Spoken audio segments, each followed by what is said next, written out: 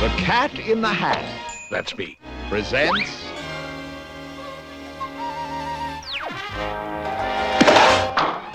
a three-decker consisting of 1, the Sneetches, 2, the Zacks, 3, green eggs and ham.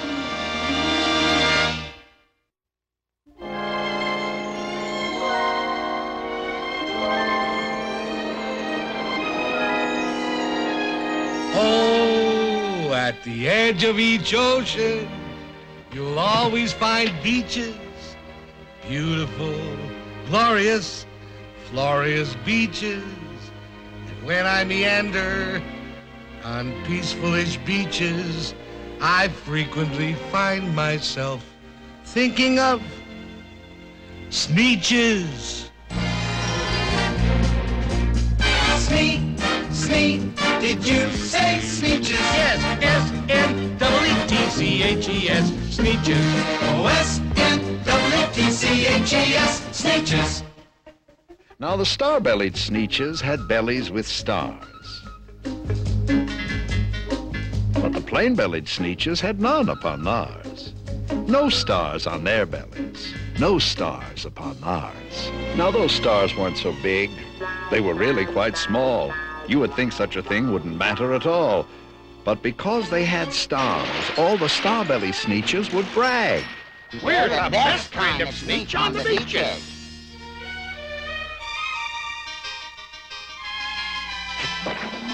With their snoots in the air, they would sniff and they'd snort. They'd have nothing to do with the plain-belly sort.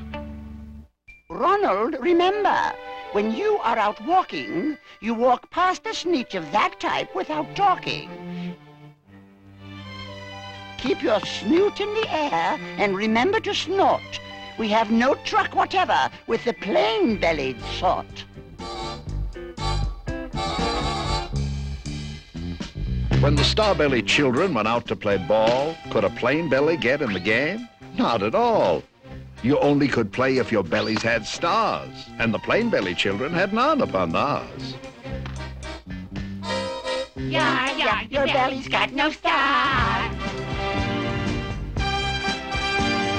Twinkle, twinkle, lovely little star.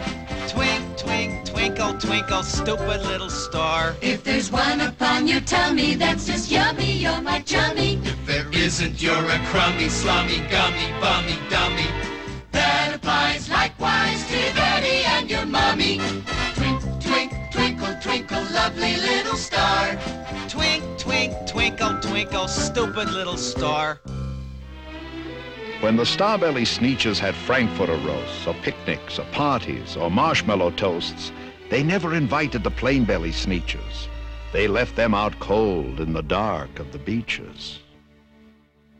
From the heights of Mooba to the gullies of Gazoo, there is nobody else who has one. We're the favorite few who do. And so a toast, raise your marshmallow stick. A toast, raise your good fellow stick. And toast the glorious gimmick that makes us what we are. Sound off and let the welcome ring in praise of our exclusive thing. A toast, raise your marshmallow stick. A toast, raise your good fellow stick. A toast to your belly star.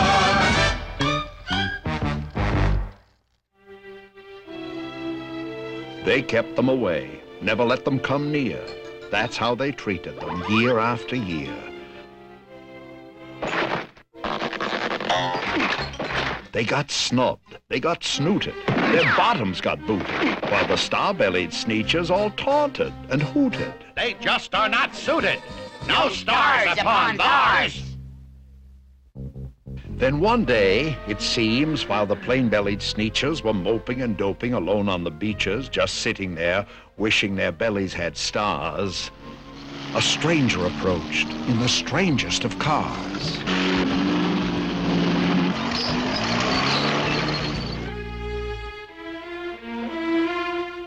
My friends, I have seen they've been treating you mean. My name is Sylvester McMonkey McBean. I know precisely why you're so unhappy, and that I can fix. I'm the fix-it-up chappie.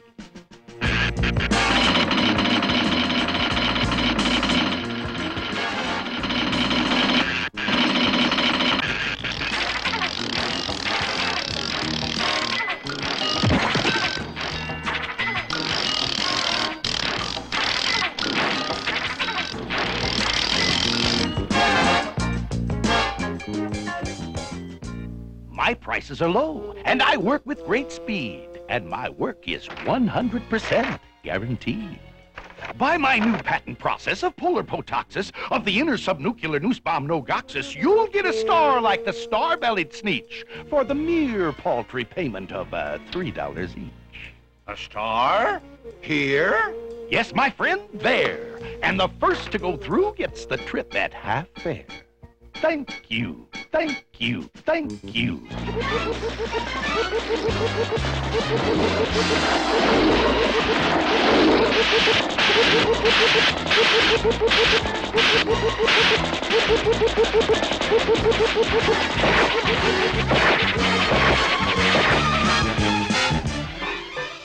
It works! Yeah! It works! It works! Them over there, they got stars upon theirs, and we over here, we got stars upon ours. We got 'em all, so we got 'em too. For every little bitty bit as goody good as you. Now we're socially acceptable at Marshmallow Toast. You'll have to send us invitations to your Frankfurter roast. Stars, stars, bless our lucky stars. All the Sneetches on the beaches now got stars upon theirs.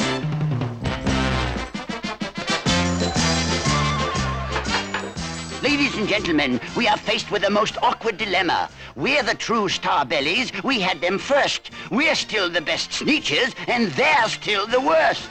Yeah! But how are we going to prove it? Which is which? I can't tell us apart. Let me through. Excuse me. Step aside, please. Thank you. You don't know me, my friends, but calm down if you can. I'm here to help the original Star-Belly clan. Those upstarts, it's true, now have stars just like you. But follow me, my friends, and you know what I'll do? I'll make you again the best Sneetches on the beaches. And all it will cost you is, $10 each.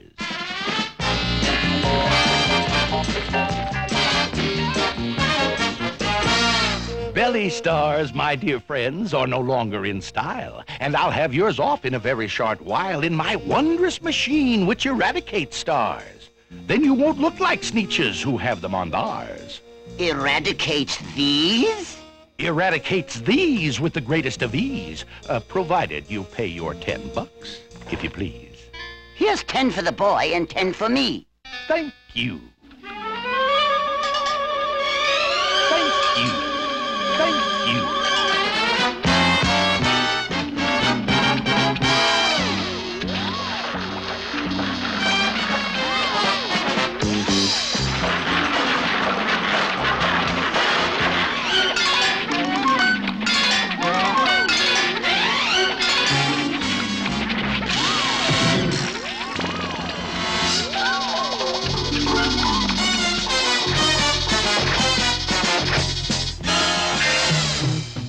How original! How distinctive. How exclusive!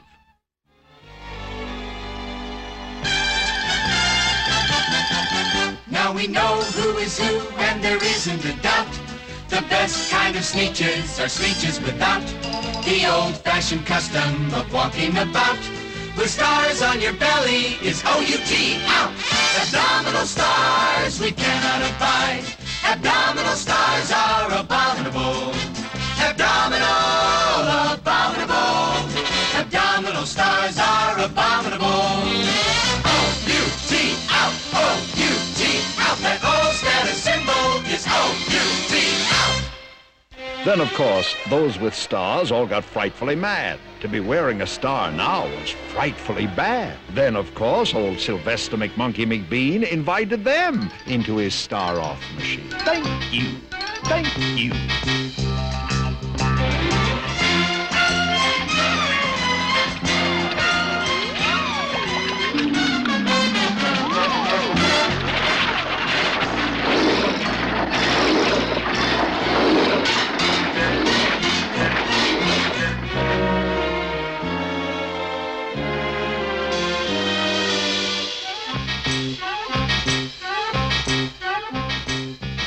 Then, of course, from then on, as you probably guessed, things really got into a horrible mess.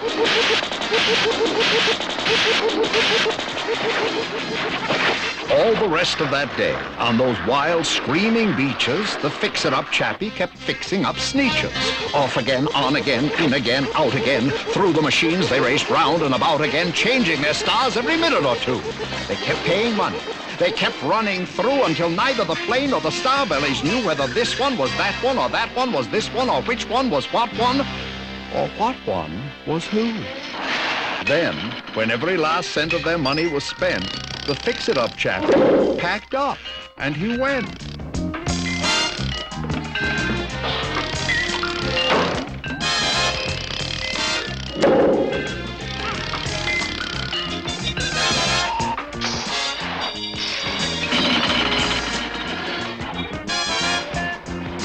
And he laughed as he drove his car up the beach.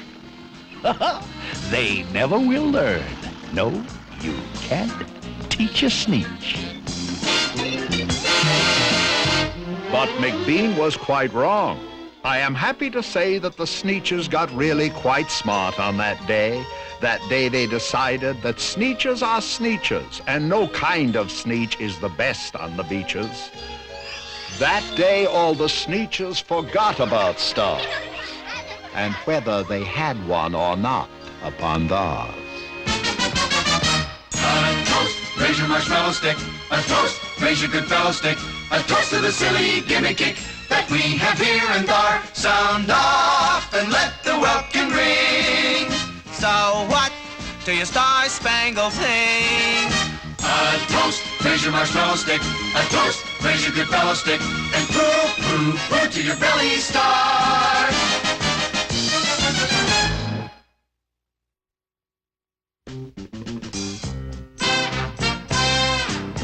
Oh, beyond the last mountain, the very last mountain, beyond the last Zanica tree, beyond the last woomph bush, the very last woomph bush, there is a vacuous, vacant prairie, the prairie of Prax, and the tale of the Zacks.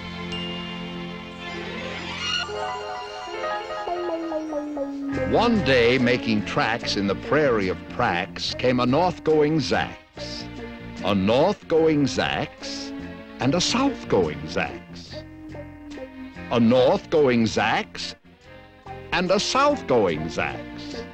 And it happened that both of them came to a place where they bumped. There they stood, foot to foot, face to face. "Look here now," the north-going Zack said. "Hey, say, you are blocking my path. You are right in my way. I'm a north-going Zacks, and I always go north. Get out of my way now and let me go forth." "Who's in whose way?" snapped the south-going Zacks.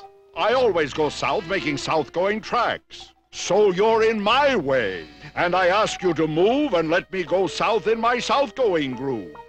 Then the north-going Zack said with north-going pride, "I never have taken a step to one side, and I'll prove to you that I won't change my ways if I have to keep standing here 59 days. "And I'll prove to you," yelled the south-going Zacks, "that I can stand here in the prairie of Prax for 59 years.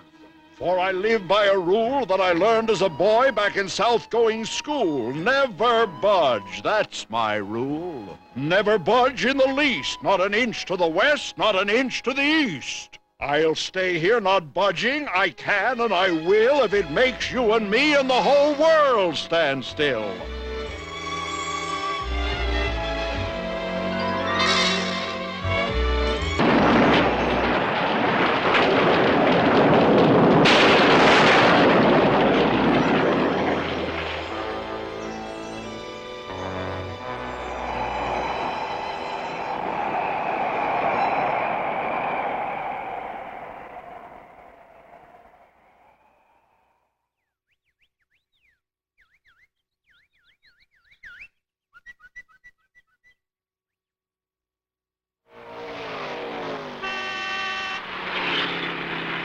Well, of course, the world didn't stand still.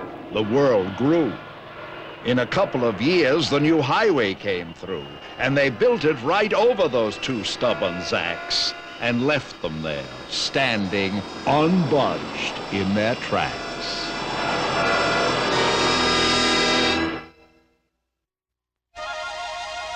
Oh, I frequently think every now and then of the glorious fruit of the noble hen.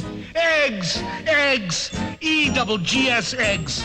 My knowledge of eggs is tremendously wide. I've eaten them boiled, I've eaten them fried, poached and shirred and deviled and scrambled, omelets, schmommelets, coddled and frambled. I've eaten them beaten and swizzled and swazzled, frizzled, gedizzled, bamboozled and fuzzled. I know every way that an egg can be guzzled. And thinking of eggs reminds me of Sam, whose favorite dish is green eggs and ham.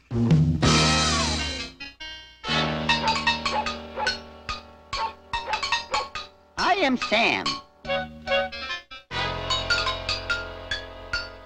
Sam I am. That Sam I am, that Sam I am. I do not like that Sam I am. Do you like green eggs and ham? I do not like them, Sam I am. I do not like green eggs and ham. He does not like them, Sam I am. He doesn't like green eggs and ham. Would you like them here or there? I would not like them here or there. I would not like them anywhere. I do not like green eggs and ham. I do not like them, Sam I am. He doesn't like green eggs and ham. He doesn't like them. Would you like them in a house? Would you like them with a mouse? I would not like them in a house. I would not like them with a mouse. I would not like them here or there. I would not like them anywhere. Green eggs and ham. He doesn't like green eggs and ham. He doesn't like them. He doesn't like green eggs and ham. Would you eat them in a box? Would you eat them with a fox? No, not in a box, not with a fox.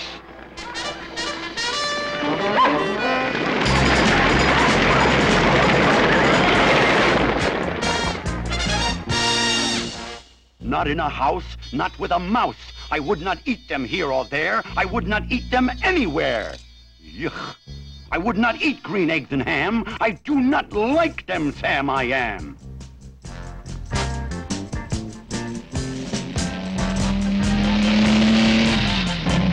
Would you, could you, in a car? Eat them, here they are. I would not, could not in a car.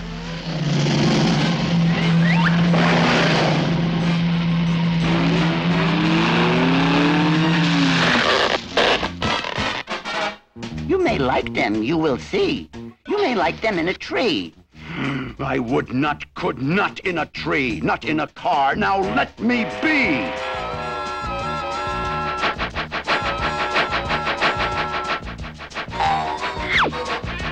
Not in a box, not with a fox, not in a house, not with a mouse. I would not like them here or there. I would not like them anywhere. I do not like green eggs and ham. I do not like them, Sam I am.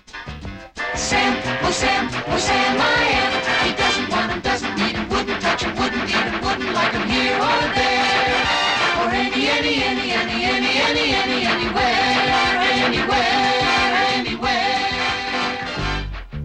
Could you, would you, on a train? No, not on a train, not in a tree, not in a car. Sam, let me be. Not in a box, not with a fox.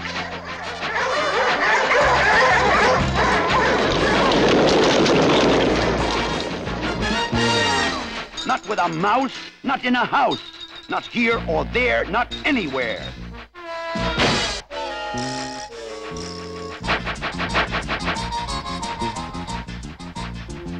In the dark? Here in the dark?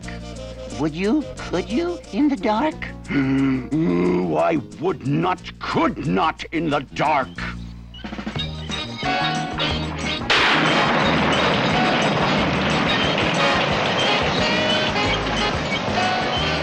Would you, could you, In the rain?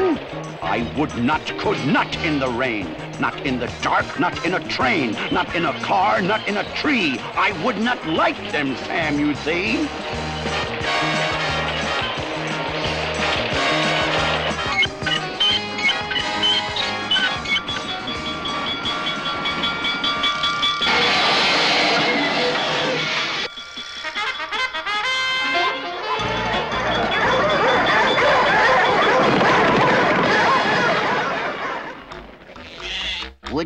Could you, with a goat? I would not, could not with a goat. I will not eat them here or there. I would not eat them anywhere.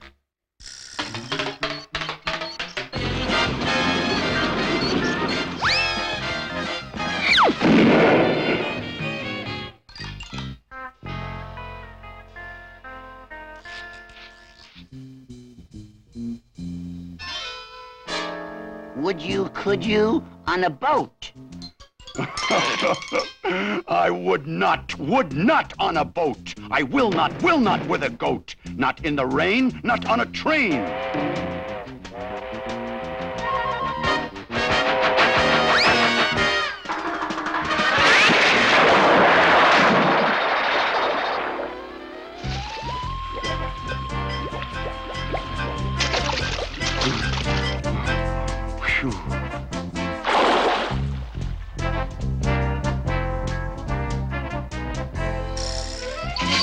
You do not like them, so you say. Try them, and you may. Try them, and you may, I say. Sam, if you will let me be, I will try them, and you will see.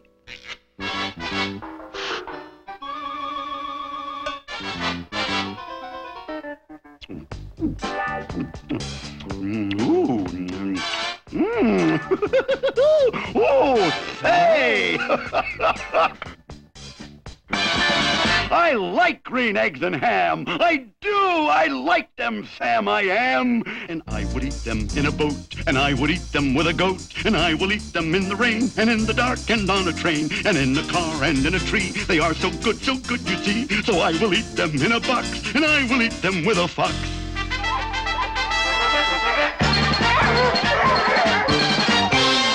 He will eat them in a box, and he will eat them with a fox. And he will eat them in a house, and he will eat them with a mouse, and he will eat them here or there. Say he will eat them anywhere.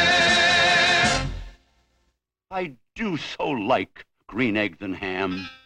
Thank you, Sam, I am.